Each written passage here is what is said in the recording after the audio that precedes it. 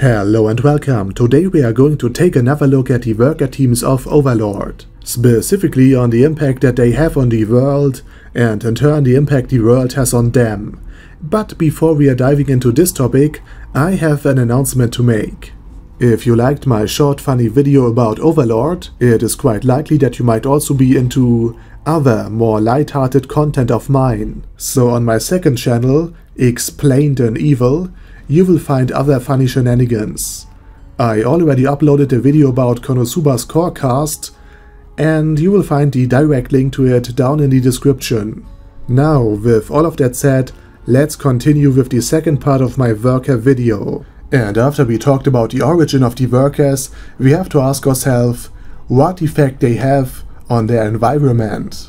First and foremost, a worker team is by definition an independent group. Therefore, they have to make up for all the things they now lack due to the non-existing support from their non-existing guild. They themselves have to look into each and every job offer and compare the risk to the potential reward. And they also had to make sure that it could be found in the first place. Thusly, Foresight and many other teams made the Singing Apple Inn their home base, so we can assume that some taverns and other rather shady places will be used for this very purpose. But why is anybody even willing to hire dropouts for a higher cost? Well, workers represent the middle ground between hiring an entire company of sellswords, which would clearly show one's intent and who is responsible for the mercenaries' action, and assassins, who are very stealthy but only really good for killing specific targets. For the wide array of remaining non-monster related tasks, workers are basically required. They are willing to do the most dangerous, illegal and distasteful tasks if the pay is right. Intimidation and extortion, for example. Aymina the half-elf was more than willing to turn the proposition of a debt collector against himself and brutally beat him up and take his money. I mean, she's described as even more cutthroat than she looks like, and this facial expression already warns you that it's not a question of if, but when she will kill you if you didn't shut up right now. And it was also suggested that some workers might be willing to cooperate with crime syndicates such as the Eight Fingers. So pretty much anything organized crime can do, workers might be also willing to try.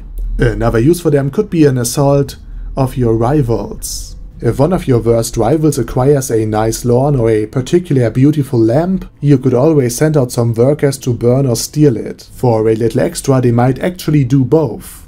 And if you're a noble and you want to solidify your position in court, you could even fund an expedition into a rival country in order to have your worker teams plunder some freshly discovered ruins. Of course, some might regard this as a grave crime, but hey, what is the worst thing that could happen? So generally speaking, the reason for why worker teams exist is the same reason for why piracy existed: supply and demand. The guild will always have a few dozens dissatisfied or criminal adventurers in need of employment, and the society will usually have some dirty work that needs to be done.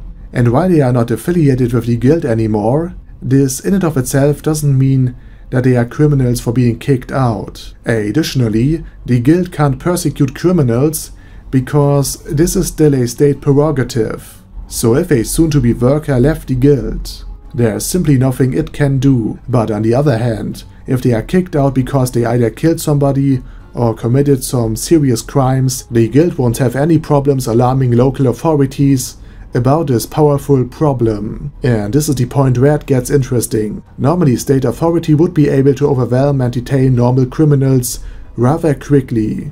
But if the criminals in question are highly organized squads of superhuman warriors, powerful casters, and vicious thieves, I venture to guess that normal watchmen patrolling the streets will have a hard time containing the adventurer teams on his own. The Knights of the Empire have better chances due to their arms, their training and their organization, but overall most workers could escape.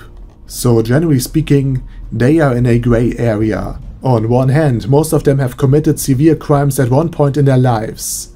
On the other hand, workers employed by powerful nobles might even work closely with normal adventurers.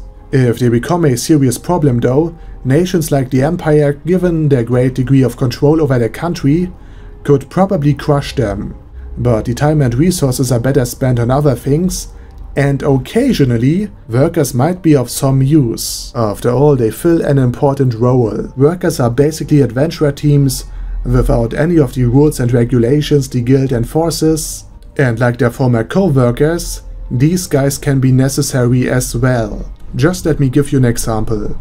If you're a local lord and some bandits are plaguing your land, raiding your villages, rob travelers, or take them hostage, you could go to the government officials and hope that they will aid you, but keep in mind that they might have gotten a juicy bribe from the bandits in order to look the other way, or at least to inform them when they should leave the area to avoid persecution. You could of course raise a small army of peasants or hire a mercenary company to attack the bandit camp on your own, but for a fraction of the cost, you could also hire a few professional workers that go into the camp, kill off some minions, take the leaders prisoner, and torture or use magic on them until they spill out why they are here and if any government officials worked with or even for them. So sometimes even a good guy can be in need of a worker team. But with all of that said, worker teams will probably become a thing of the past. With the rise of the Sorcerer Kingdom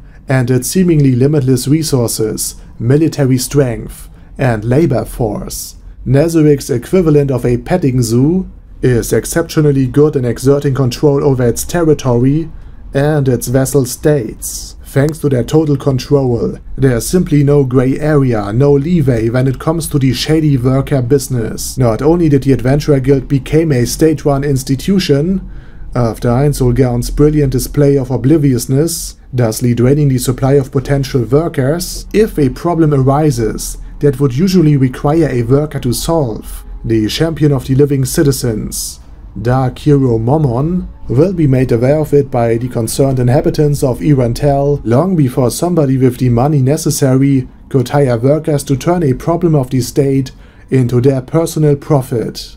And the second and also extremely convincing argument is the rather unbalanced risk-reward ratio. After all, who in their right mind would go to the heart of the Sorcerer Kingdom and try to do shady business?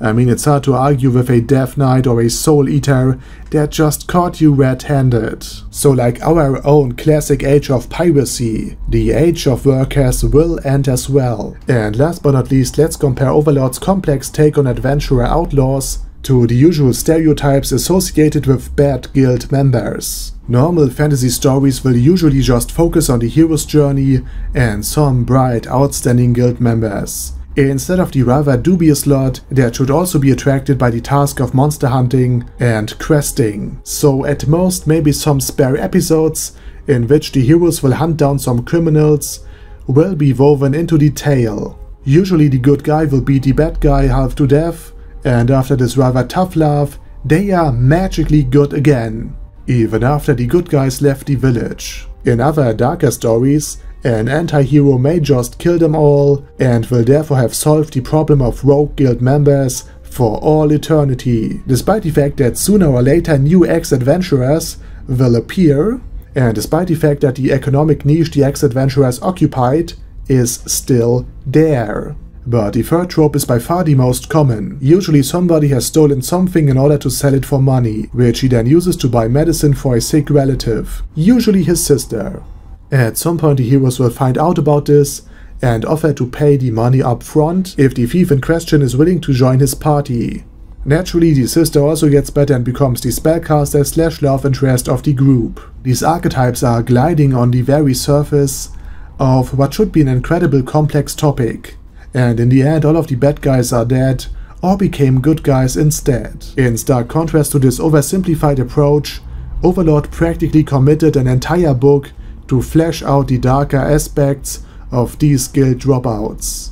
And I adore Overlord for it. Over and out.